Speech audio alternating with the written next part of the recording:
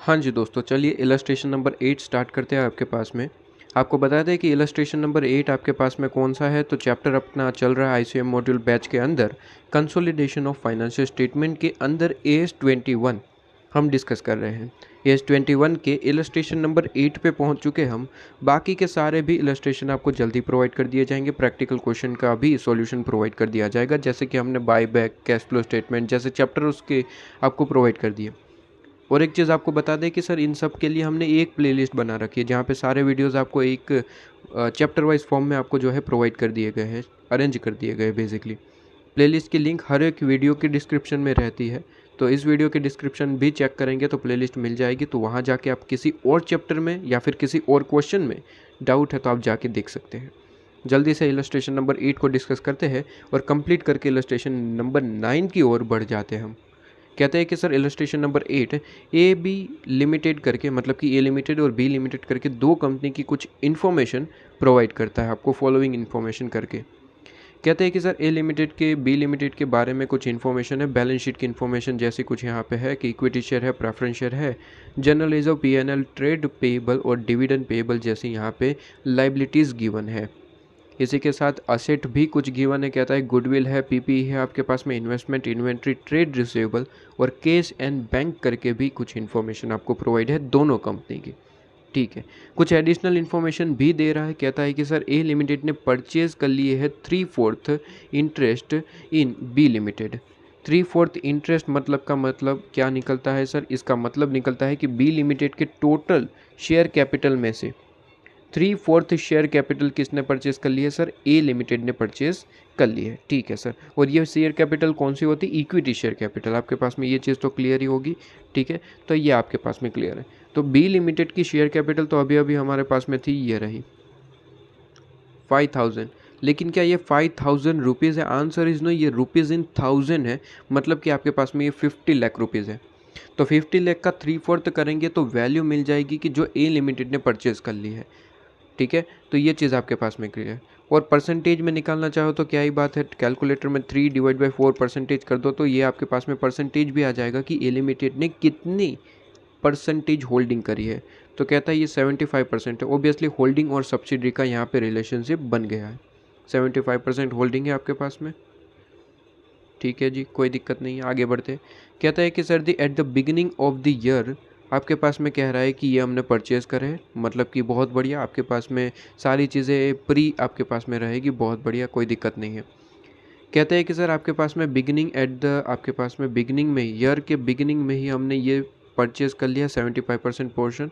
कहते हैं कि सर परचेज़ करने में ऐसा हुआ कि एट द प्रीमियम परचेज़ करना पड़ा 25%। यही इंपॉर्टेंट पॉइंट है इस चैप्टर, इस इलस्ट्रेशन को करवाने का, यही इंपॉर्टेंट पॉइंट है। बाकी सारे तो जनरल पॉइंट है जो आके प्रीवियस, ये जो सारे पॉइंट है वो प्रीवियस इलस्ट्रेशंस में कवर हो चुके हैं। पॉइंट एक जो नया है, जो चीज़ छोटे से आपको ध्यान में रखनी है, वो ये पॉइंट है, प्रीमियम 25%। बाकी सारी चीज़ें तो वही है, आप देख लीजिए एक बार के लिए। कहता है कि sir profit and loss account आपके पास में बी लिमिटेड का कह रहा है कि 1000 है, मतलब कि 10 लाख रुपीज़, बेसिकली 1000 इन 1000 रुपीज़ में है। ठीक है, तो ये 10 लाख रुपीज़ आपके पास में इस तरीके से चलिए। तो कहते हैं ब्रॉड फॉरवर्ड किया है, तो सीधी सी बात है ये प्री प्रॉफिट रहा। ठीक है, पिछले साल का प्रॉफिट ब्रॉड फॉरवर्ड हुआ है, तो सीधी सी बात है ये क्या है sir? Pre profit and loss account है। तो आपके पास में पहले से जो अमाउंट है प्री प्रॉफिट कहा जाएगा। इसके बाद जनरल रिजर्व में भी सेम आपके पास में ब्रॉड फॉरवर्ड करा गया है फ्रॉम द प्रीवियस ईयर। तो जनरल रिजर्व ऊपर देख लेंगे, वो ब्रॉड फॉरवर्ड करा गया है, तो वो भी आपके पास में प्री जनरल रिजर्व में आ जाएगा। इसके बाद कहता है डायरेक्टर ऑफ बोथ कंपनी, ठीक है, इन्होंने डिक्लेयर कर दिया है डिविडेंड। ठीक है, दोनों कंपनी के डायरेक्टर ने यहाँ पे डिक्लेयर किया है। बेसिकली मेन तो हमें ये चीज़ देखनी होती है कि जो सब्सिडी ने डिक्लेयर किया है उसमें चीज़ें थोड़ी सी ध्यान में रखनी पड़ती है, क्योंकि सब्सिडी ने जो डिक्लेयर किया है उसमें से डिविडेंड होल्डिंग कंपनी को भी मिलेगा, जितना पोर्शन उन्होंने होल्डिंग करके रखा है तो उतना मिलेगा, वो भी देखना पड़ेगा सर प्री है या फिर पोस्ट। जैसे कि प्रीवियस इलस्ट्रेशन में देख चुके कि अगर प्री है तो इन्वेस्टमेंट की कॉस्ट में से माइनस करना पड़ेगा, और पोस्ट है तो वो डायरेक्टली कहाँ चला जाएगा सर? पीएनएल अकाउंट में चला जाएगा। तो यहाँ पे वो चीज़ भी देखनी पड़ती है। कहता है दोनों कंपनी ने डिविडेंड डिक्लेयर कर दिया है 10% के हिसाब से। ठीक है, और कहता है कि from the above information calculate करिए आपके पास में pre and post acquisition profit. ठीक है जी, आपके पास में pre and post acquisition profit, आपको बेसिकली इसे हम एनालिसिस ऑफ प्रॉफिट भी कहते हैं। ठीक है, तो वो आपको निकालना है, स्पेसिफिकली पूछा है। इसके बाद माइनॉरिटी इंटरेस्ट भी पूछा है आपके पास में, और कॉस्ट ऑफ कंट्रोल पूछा है। तो ये आपके पास में माइनॉरिटी इंटरेस्ट और कॉस्ट ऑफ कंट्रोल तो इलस्ट्रेशन नंबर 1 में इसका फॉर्मेट बता चुका था। कॉस्ट ऑफ कंट्रोल मतलब कि जो इन्वेस्टमेंट की कॉस्ट होती है उसमें से एक चीज़ माइनस कर देनी है, क्या, share capital plus reserve and surplus का परसेंटेज पार्ट। परसेंटेज मतलब कि जितनी परसेंट होल्डिंग है, ठीक है, उतना ले लीजिए। आपके पास में गुडविल और कैपिटल रिजर्व आ जाएगा। कॉस्ट ऑफ कंट्रोल मतलब माइनॉरिटी में तो सारी चीज़ें ले लेनी है, शेयर कैपिटल प्लस आपके पास में रिजर्व एंड सरप्लस, चाहे वो प्री हो पोस्ट हो, सारी चीज़ें लेनी है, ठीक है। और उसका कौन सा पर्सन लेना है सर, शेयर होल्डिंग जो आपके पास में सब्सिडी के पास बच गई।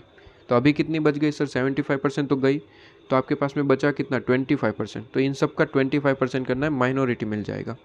और प्री एंड पोस्ट में तो सीधी सी बात है, ये जो चीज़ें गिवन है बस बाइफर्केशन करके दिखाना है। छोटा सा क्वेश्चन है, कोई दिक्कत नहीं है इसमें, लेकिन बस वो प्रीमियम का एक पॉइंट है जो मुझे बताना है आपके पास में। ये सारी चीज़ें तो ऑलरेडी आपके पास में डिस्कस है, तो कोई दिक्कत नहीं आएगी। एक बार के लिए मैं यहाँ पे जल्दी से चीज़ों को बता देता हूँ। सबसे पहले जो क्वेश्चन में इन्फॉर्मेशन है वो सबसे पहले प्री एंड पोस्ट बना लेते हैं। चलिए, सबसे पहले पूछा है प्री एंड पोस्ट, तो pre and post acquisition profit या फिर प्रॉफिट एनालिसिस आप कह सकते हैं, एनालिसिस ऑफ प्रॉफिट, ठीक है। तो ये आपने हेडिंग दे दिया। अब एक एक करके चीज़ें लिखते हैं। एनालिसिस ऑफ प्रॉफिट में सबसे पहले तो देखिए profit and loss general reserve आपके पास में आ जाएगा, बाकी की बातें बाद में। सबसे पहले कहता है कि सर एनालिसिस ऑफ प्रॉफिट करिए, तो सबसे पहले मुझे बताइए प्री और पोस्ट में कितनी कितनी चीज़ें। कहता है कि सर आपके पास में प्रॉफिट एंड लॉस अकाउंट क्या ऊपर गिवन था आपके पास में, आंसर इज यस। ये देखिए सर ये प्रॉफिट एंड लॉस कब का होगा, तो ये कुछ यहाँ पे इन्फॉर्मेशन थी, आंसर इज नो, इन्फॉर्मेशन नहीं थी। लेकिन हम यहाँ पे मान के चलेंगे कि सर पूरे साल में यही चला आपके पास में, ठीक है, पूरे साल में यही चला, मतलब कि ये ईयर एंडिंग की बैलेंस शीट की इन्फॉर्मेशन ऑब्वियसली ईयर एंडिंग की इन्फॉर्मेशन होगी। तो वो कितना दिख रहा है बी लिमिटेड का, 1790, 1790, ठीक है सर। कहता है इसमें से ओपनिंग कितना है, खुद ने कहा है कि सर 1000 आपके पास में ओपनिंग है। ये ध्यान रहे सर, इन 1000 रुपीज़ है, तो ये चीज़ भूलना नहीं है। तो 1000 का मतलब 10 लाख रुपीज़, तो 10 लाख रुपीज़ आपके पास में प्री है। तो सर रिमेनिंग आपके पास में क्या होगा सर, पोस्ट होगा। तो 1790 है, उसमें से 1000 प्री है, तो बाकी का पोस्ट। क्लियर है। उसी तरीके से जनरल रिजर्व में कहता है, जनरल रिजर्व में तो पूरे का पूरा अमाउंट प्री ही है, ठीक है, उसमें कोई पोस्ट नहीं है। तो जल्दी से जनरल रिजर्व दिखाइए कहाँ है। कहता है ये रहा जनरल रिजर्व। कहता है 800 आपके पास में इन 1000 रुपीज़ है, मतलब कि 8 लाख, ध्यान रखना दोस्तों, ठीक है, ये ऊपर ये चीज़ ध्यान रखना, ये 8 लाख रुपीज़ है। तो कहता है 8 लाख पूरे का पूरा प्री है, पोस्ट में कुछ चीज़ें नहीं है, खुद कह रहा है वो, ठीक है। इसके बाद क्या चीज़ है, और कोई चीज़ें यहाँ पे कही, आंसर इज नो। अब डिविडेंड की बात कर रहा है, डिविडेंड का भी यहाँ पे लिखना पड़ेगा, और कोई चीज़ें नहीं है ना, अच्छा कोई दिक्कत नहीं है। अब यहाँ पे सिंपली सी बात है, यहाँ पे जो डिविडेंड होगा वो डिविडेंड आपके प्रॉफिट को कम या फिर ज़्यादा कर सकता है। ज़्यादा बेसिकली आपके पास में यहाँ पे analysis of profit of subsidiary company होता तो उनका प्रॉफिट कम हो जाता, बिकॉज डिविडेंड के फॉर्म में बढ़ जाता आपके पास में। तो ये चीज़ भी आपके पास में क्लियर है, कोई दिक्कत वाली बात नहीं है, ठीक है। अब ये चीज़, दो चीज़ आ गई, प्रॉफिट का एनालिसिस ख़त्म हो गया। टोटल लगा लेंगे, प्री में कितना प्रॉफिट है 18, और यहाँ पे 7,90,000 आपके पास में, ठीक है। अब कुछ यहाँ पे दिक्कत नहीं। अब बताइए ये प्रॉफिट जो होता है वो कहाँ पे चला जाता है, सीधी सी बात है, अपने अपने प्रॉफिट अपने अपने हिस्सेदारी के हिसाब से ले जाएंगे। कहते हैं सर 18 लाख का प्रॉफिट जो प्री है, सीधी सी बात है कि अपनी हिस्सेदारी बताइए और ले जाइए प्रॉफिट। कहता है ए लिमिटेड कहेगा कि मेरा 75% प्रॉफिट आपके पास में रहेगा, ठीक है, इसमें से 75% पोर्शन मेरा रहेगा। और कहेगा सर 25% बी लिमिटेड कहेगा कि मेरा है, तो 25 और 75% कर दो। कहता है 18 लाख इंटू 75% आपके पास में ये आ गया 13,50,000, ठीक है। अब ये ध्यान रहे सर, ये 75% किसका है सर, आपके पास में होल्डिंग कंपनी का है, और 25% किसका है सर, आपके पास में सब्सिडी का है। होल्डिंग कंपनी का कहाँ पे जाता है सर प्रॉफिट, ऑलवेज आपके पास में कॉस्ट ऑफ कंट्रोल में, ठीक है, प्री प्रॉफिट आपके पास में। तो ये चीज़ आपके पास में क्लियर है, cost of control holding company का होल्डिंग कंपनी में जाएगा, और सब्सिडी का लिए तो सीधी सी बात है माइनॉरिटी इंटरेस्ट होता है, तो वो वहाँ पे चला जाएगा। तो ये चीज़ आपके पास में क्लियर होनी चाहिए एकदम से, ठीक है। तो बस 25% और 75% कर देना है, पोस्ट और प्री का बाइफर्केशन लिख दिया, काम खत्म हो गया, ठीक है। तो ये प्री और पोस्ट का एक्विजिशन प्रॉफिट जो पहला क्वेश्चन उसने पूछा था वो क्वेश्चन खत्म। अब कहते हैं सर माइनॉरिटी इंटरेस्ट बताइए। तो माइनॉरिटी इंटरेस्ट में ज़्यादा क्या ही है, शेयर कैपिटल लिखिए, शेयर कैपिटल जितनी भी है सारी के सारे लिखे जाएंगे। इक्विटी में ध्यान रखना पड़ेगा, बाइफर्केशन है, लेकिन प्रेफरेंस शेयर कैपिटल भी थी, प्रेफरेंस शेयर कैपिटल में कोई बाइफर्केशन नहीं है, पूरी की पूरी preference share capital B limited के पास ही है, उसमें ध्यान रखने वाली बात है। ठीक है, तो कहते हैं देखिए सारी की सारी चीज़ें लिखी जाएगी, शेयर कैपिटल और रिजर्व एंड सरप्लस जितनी भी है, प्री है, पोस्ट है, सारी की सारी यहाँ पे आती है माइनॉरिटी इंटरेस्ट में। ठीक है, तो कहता है share capital, equity share capital में कितना लिखेंगे सर, इक्विटी शेयर कैपिटल में आपके पास में 5,000 है या फिर 50 लाख रुपये लिखिए। ठीक है, इसके बाद 50 लाख रुपये, अभी मैं कोई 1/4 वगैरह कुछ करवा नहीं रहा हूँ। ठीक है, मैंने क्या कहा sir, paid up equity share capital 50 lakh रुपये लिख दिया, काम खत्म, ओके सर। इसके बाद रिजर्व एंड सरप्लस लिखेंगे। रिजर्व एंड सरप्लस में क्या है सर, दो ही चीज़ें, जनरल रिजर्व और पीएनएल। ठीक है सर, उसमें से प्री और पोस्ट दोनों मुझे ले लें। ठीक है, प्री और पोस्ट दोनों, माइनॉरिटी में दोनों आते हैं, मैंने फॉर्मेट लिखवाया था आपके पास में। ठीक है, तो ये चीज़ आपके पास में, तो प्रॉफिट एंड लॉस अकाउंट और जनरल रिजर्व दोनों ही चीज़ें लिखनी है, प्री एंड पोस्ट दोनों मुझे कंसिडर करने। तो टोटल आपके पास में कितना है सर, प्री आपके पास में एक्विजिशन प्रॉफिट। ठीक है, तो टोटल आपके पास में प्री एंड पोस्ट दोनों ही लेना है, मतलब कि टोटल लेना 800 और 1,790, तो ये आपके पास में ले लिया। ठीक है, सबसे पहले इतना काम कर लिया। अब जो भी टोटल आया 50 लाख प्लस आपके पास में करेंगे यहाँ पे 50 लाख, कैलकुलेटर में करते जाइए, 50 लाख प्लस करेंगे 17,90,000 प्लस करेंगे 8 लाख। ठीक है, ये आपके पास में टोटल कितना आया, 75,90,000। ठीक है, इतने का टोटल कितना आया, 75,90,000। इसका 25% कर देंगे, क्योंकि माइनॉरिटी इंटरेस्ट का मतलब क्या होता है, आपके पास में सब्सिडरी का पार्ट, तो सब्सिडरी की जितनी होल्डिंग है उतना ही मिलेगा 25%, तो उसका 25% ही है। तो ये आपके पास में इसका 25% करेंगे तो आपके पास में आएगा कितना सर, 18,97,500। और एक चीज़ बचती है आपके पास में, मैंने कहा था यहाँ पे शेयर कैपिटल लेना है, तो शेयर कैपिटल इक्विटी भी आ जाती है, प्रेफरेंस भी आती है, लेकिन इक्विटी का बाइफर्केशन हुआ है। देखिए इक्विटी परचेज कर लिया किसने, ए लिमिटेड ने 75%, लेकिन प्रेफरेंस तो परचेज नहीं किया। अगर किया होता तो यहाँ पे बताते, इसमें तो सिर्फ परचेज किया है इंटरेस्ट आपके पास में। इंटरेस्ट का मतलब होता है शेयर होल्डिंग आपके पास में इक्विटी में करी है, प्रेफरेंस की कोई बात नहीं है, तो मतलब निकल के आता है प्रेफरेंस तो अभी भी पूरी की पूरी बी लिमिटेड के पास है, तो उसमें पूरी की पूरी है, तो सीधी सी बात है पूरे का पूरा 10 लाख ऐड कर देंगे। तो इसमें 10 लाख ऐड कर दीजिए, तो 10 लाख ऐड कर देंगे, आपके पास में आ जाएगा 28,97,500। क्या ये चीज़ क्लियर है? ओबियसली ये सारी चीज़ें लिखवा के करवा चुका हूँ आपके पास में, इसलिए यहाँ पे डायरेक्टली मैं बता रहा हूँ इस तरीके से। ऐसे एक हर क्वेश्चन में थोड़ा सा बाइफर्केशन जो है या फिर प्रेजेंटेशन जो है वो डिफरेंट रहता है, उनकी कंसिस्टेंसी नहीं है बेसिकली सॉल्यूशन प्रोवाइड करने में, इसलिए थोड़ी सी यहाँ पे दिक्कत आपको आती है। लेकिन हम एक ही तरीके से अगर पूरा क्वेश्चन सोल्व करें, जैसे हम इलस्ट्रेशन 1 किए थे, ऐसे ही लास्ट तक बने रहे, तो आपके पास में कंसिस्टेंसी होगी और एग्ज़ाम में अच्छे से आप जो है पेपर जो है कंप्लीट कर पाएंगे। इसलिए देखिए मैं हर बार एक ही तरीके से समझा रहा हूँ, जैसे मैंने इलस्ट्रेशन नंबर 1 से पढ़ाया था उसी तरीके से वही ट्रिक के हिसाब से चल रहा हूँ। ठीक है, तो माइनॉरिटी इंटरेस्ट आ गया 28,97,500। ठीक है सर, तो और क्या पूछा था, कहता है कॉस्ट ऑफ कंट्रोल, उसमें तो कोई बड़ी बात है नहीं, कहता है इन्वेस्टमेंट की कॉस्ट निकालिए, उसमें से माइनस कर दीजिए शेयर कैपिटल आपके पास में और प्री प्रॉफिट का टोटल का 75%। ठीक है सर, तो क्या करना है सर, फॉर्मेट क्या है, फॉर्मेट है कॉस्ट ऑफ इन्वेस्टमेंट आपको लेना है। ठीक है, कॉस्ट ऑफ इन्वेस्टमेंट जितना भी आपने इन्वेस्टमेंट जितने भी परचेस करा, कहता है 25% प्रीमियम के हिसाब से करा, वो आपके पास में मेन पॉइंट है। इसके बाद इसमें से क्या माइनस करेंगे सर, इसमें से माइनस करेंगे दो चीज़ें, शेयर कैपिटल और प्री प्रॉफिट, शेयर कैपिटल और प्री प्रॉफिट। तो शेयर कैपिटल कितनी आपके पास में रही, ठीक है, ये सब्सिडरी की लेनी है बेसिकली, सब्सिडरी की शेयर कैपिटल कितनी आपके पास में आई और प्री प्रॉफिट कितना है। ठीक है जी, तो ये चीज़ आपके पास में, तो प्री प्रॉफिट तो आपके पास में यहाँ पे ऊपर से ही कैलकुलेट कर चुके हैं, तो यहाँ पे कोई दिक्कत नहीं है। इसमें से होल्डिंग का कितना यहाँ पे है, ठीक है, 75%, 13,50,000। तो प्री प्रॉफिट तो आपके पास में ऑलरेडी कैलकुलेटेड है, तो प्री प्रॉफिट तो सबसे पहले ही लिख दो। क्लियर है आपके पास में, प्री प्रॉफिट सबसे पहले लिख दिया। हाँ सर, ये चीज़ क्लियर है। अब क्या बाकी है सर, कैपिटल सिर्फ और सिर्फ बाकी है। कैपिटल में बताइए सर, बी लिमिटेड की कैपिटल है कितनी टोटल, कहता है 5,000 आपके पास में। ठीक है, इन 1,000 रुपीज़ है, ये भूलना नहीं अपने को, यहाँ पे तो 5,000 बोल रहा हूँ, मतलब कि ये 50 लाख रुपीज़ की कैपिटल है।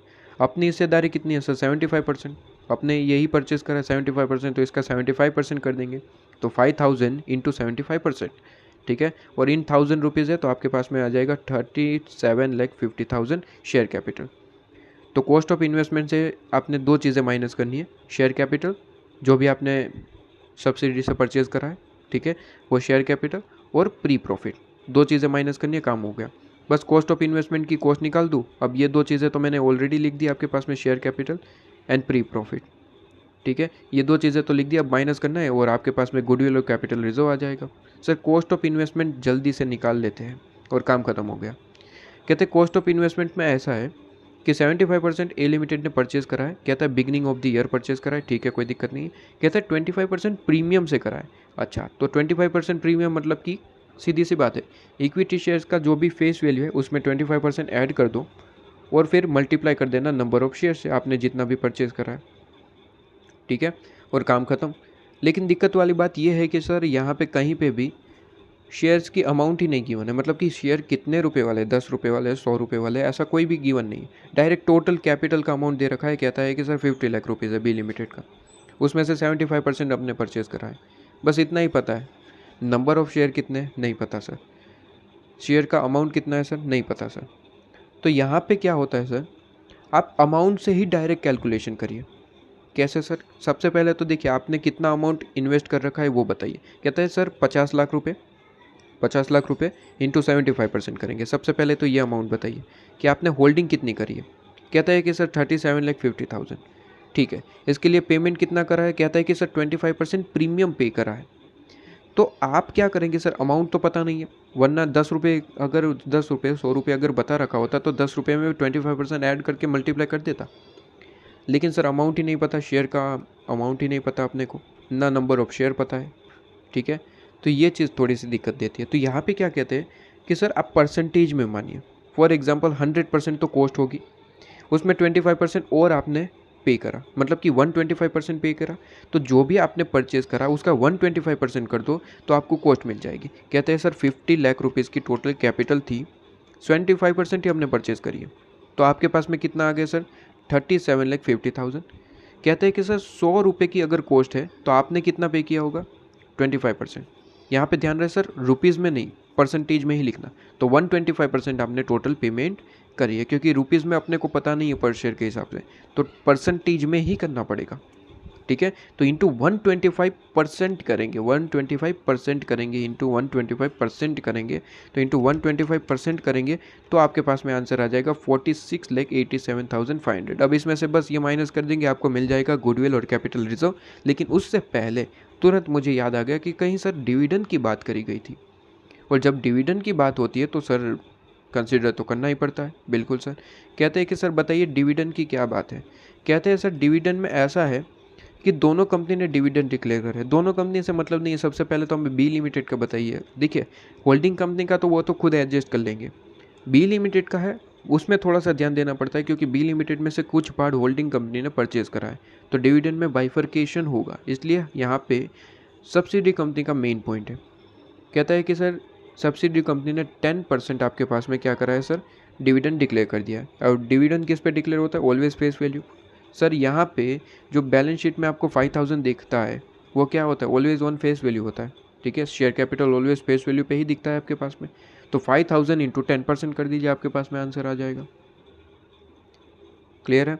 कहता है कि सर 5,000 आपके पास में, ये 5,000 नहीं 50 लाख की डायरेक्ट लिख देता हूँ, टोटल अमाउंट 50 लाख रुपीज़ पे आपके पास में क्या होगा सर, 50 लाख रुपीज़ पे आपके पास में डिविडेंड बटेगा 10% के हिसाब से। तो 10% मतलब कि आपके पास में 5 लाख रुपीज़ का डिविडेंड बटेगा। सर बिल्कुल। क्या 5 लाख रुपीज़ का पूरा डिविडेंड होल्डिंग कंपनी को मिलेगा? आंसर इज नो, जितना होल्डिंग किया है उतना ही मिलेगा, 75% मिलेगा।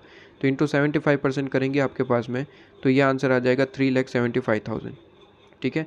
सर यहाँ पे माइनस क्यों हुआ डिविडेंड, अभी अभी तो बताया सर। अगर प्री एक्विजिशन डिविडेंड है तो कॉस्ट में से माइनस होता है, और पोस्ट है तो P&L में जाएगा, फिर यहाँ पे नहीं आएगा। पोस्ट होता तो यहाँ पे नहीं आता, ये तो प्री है ना, क्योंकि यहाँ पे इसने क्लियरली बोल रखा है कि एट द बिगिनिंग हमने जो है ये परचेज़ कर लिया। तो सीधी सी बात है, सारी की सारी चीज़ें प्री से रिलेटेड है आपके पास में, ठीक है।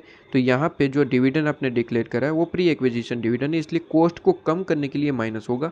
और आपके पास में कॉस्ट ऑफ इन्वेस्टमेंट रियल यहाँ पे आ गई 43,12,500, उसमें से ये दो चीज़ें माइनस कर देंगे। अगर आंसर माइनस में आया तो कैपिटल रिजर्व, प्लस में आया तो गुडविल।